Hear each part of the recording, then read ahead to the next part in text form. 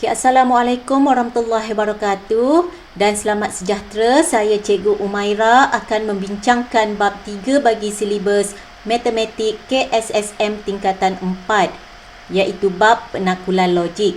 Jadi kita akan belajar subtopik yang pertama iaitu pernyataan.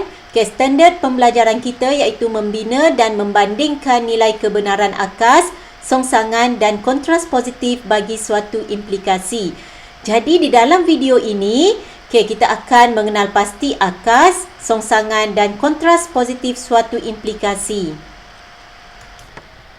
Jadi murid-murid, bagaimanakah anda membina dan membandingkan nilai kebenaran akas, songsangan dan kontras positif bagi suatu implikasi?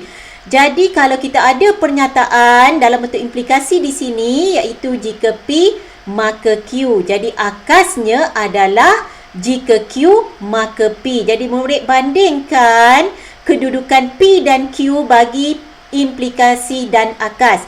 Jadi untuk akas kita akan terbalikkan kedudukan P dan Q.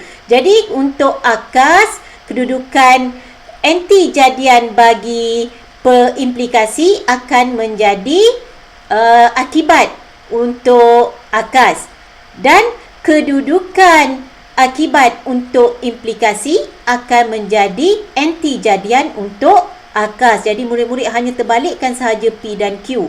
Okey, bagaimana pula songsangan?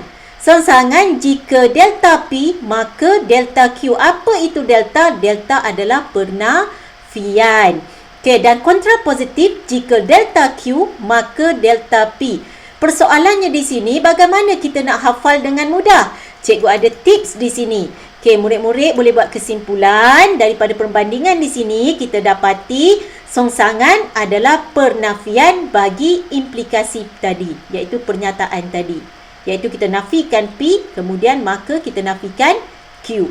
Manakala kontras positifnya adalah pernafian bagi akas. Jika nafikan Q untuk akas, maka nafikan P. Okey, jadi kita akan lihat contoh untuk lebih memahami apa itu pernyataan, akas, songsangan dan kontrapositif bagi suatu implikasi.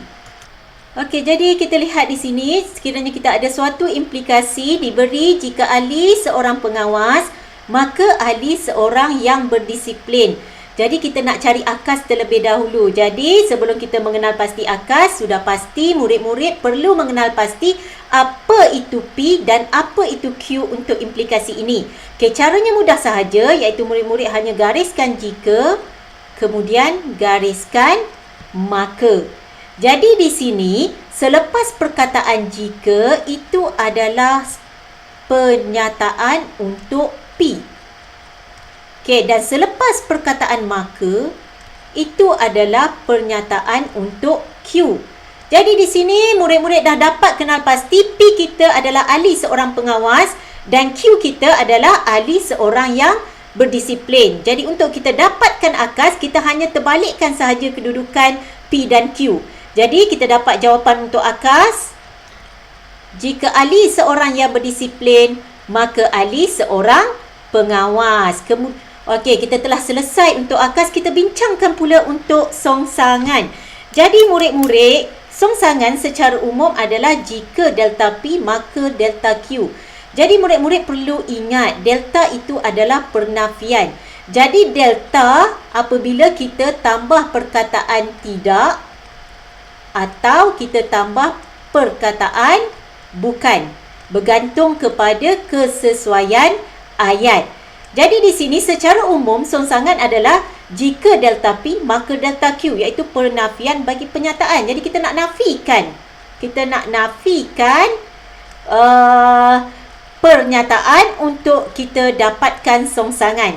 Dan caranya dengan tambahkan tidak dan bukan. Jadi jika Ali bukan seorang pengawas, maka Ali bukan seorang yang berdisiplin atau seorang yang tidak berdisiplin.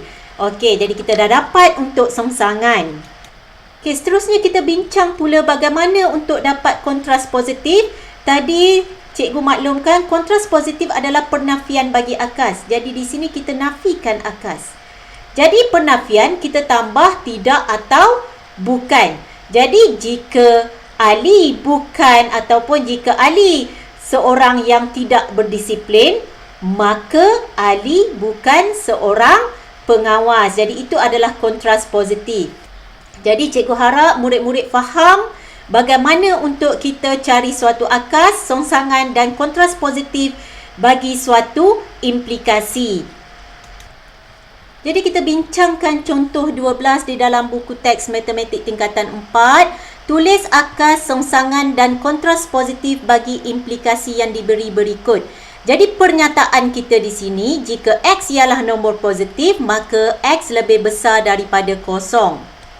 Okey, daripada pernyataan ini, murid-murid perlu kenal pasti P dan Q. Bagaimana nak kenal pasti? Kita gariskan jika, kemudian kita gariskan maka. Jadi semua ayat atau pernyataan selepas perkataan jika adalah pernyataan P. Manakala semua ayat selepas perkataan maka adalah pernyataan Q. Jadi di sini apa yang murid-murid perlu lakukan? Okey, setelah kita kenal pasti P dan Q, kita perlu hafal ini. Okey, dan ini tipsnya. Jadi akas kita akan susun dalam bentuk jika Q maka P. Jadi kita dapat akas di sini, jika X lebih besar dari sifar, maka X ialah nombor positif.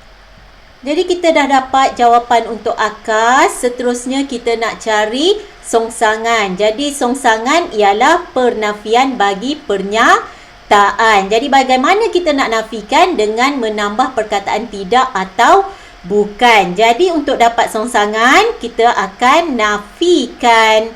Okey, kita akan nafikan pernyataan. Jadi apabila kita nafikan pernyataan, kita akan dapat jika X bukan nombor positif, maka X lebih kecil daripada sifar. Bermaksud berlawanan dengan lebih besar atau bukan lebih besar daripada sifar.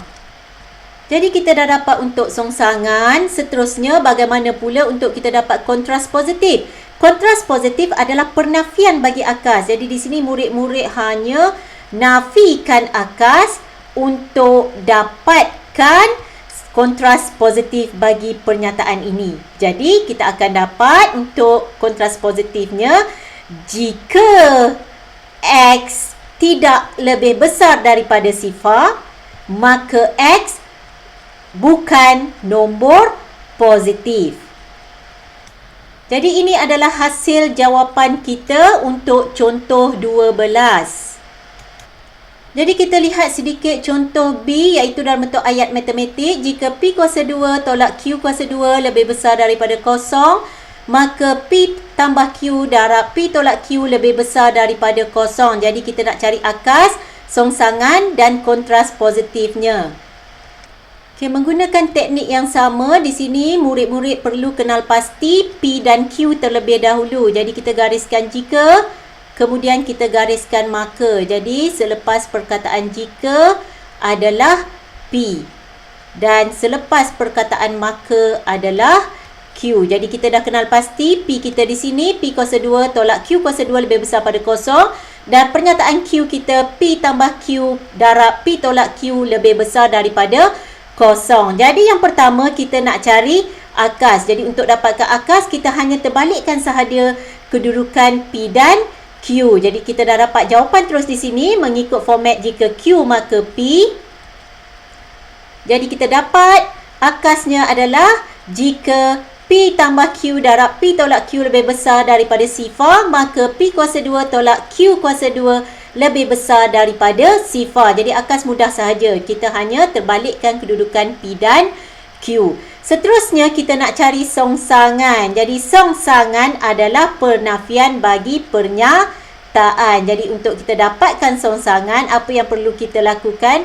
Kita nafikan pernyataan. Jadi di sini bagaimana untuk nafikan? Okey, jika P kuasa 2 tolak Q kuasa 2 lebih besar pada kosong, jadi penafiannya kita akan dapat P kita akan jadi P kuasa 2 tolak Q kuasa 2. Kita akan ambil yang di sebaliknya, mestilah lebih kecil sama dengan kosong. Jadi bagaimana nak nafikan Q? Kita akan dapat di sini P tambah Q, okey, darab P P tolak Q. Okey, juga lebih besar sama dengan kosong. Jadi ini pernafian untuk P dan Q. Jadi kita akan tulis jawapan sebagai